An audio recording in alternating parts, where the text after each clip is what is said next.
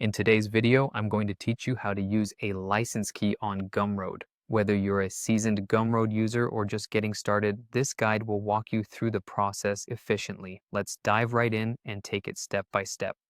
First things first, you want to log in to gumroad.com. If you're not already signed in, head to the top right corner of the homepage. You'll find the login button there. Just click on it and enter your email and password to access your account.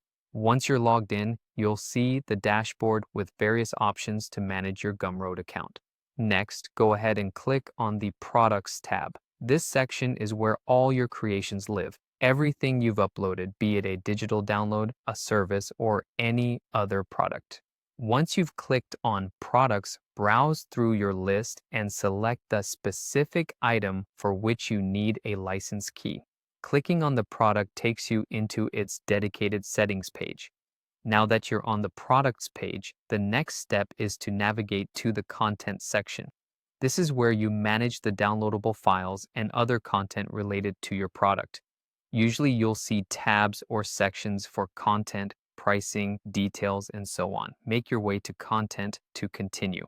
With the content section open, you'll need to click on Insert and from the drop-down menu, select License Key.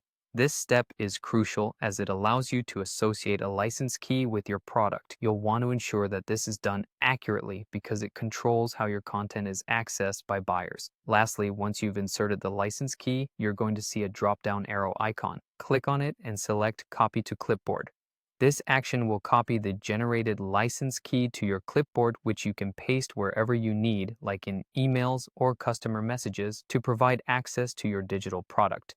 This process might seem a bit detailed, but each step ensures that your product is protected and easily accessible to your customers. It also gives you control over your digital assets, ensuring only valid purchasers can access them.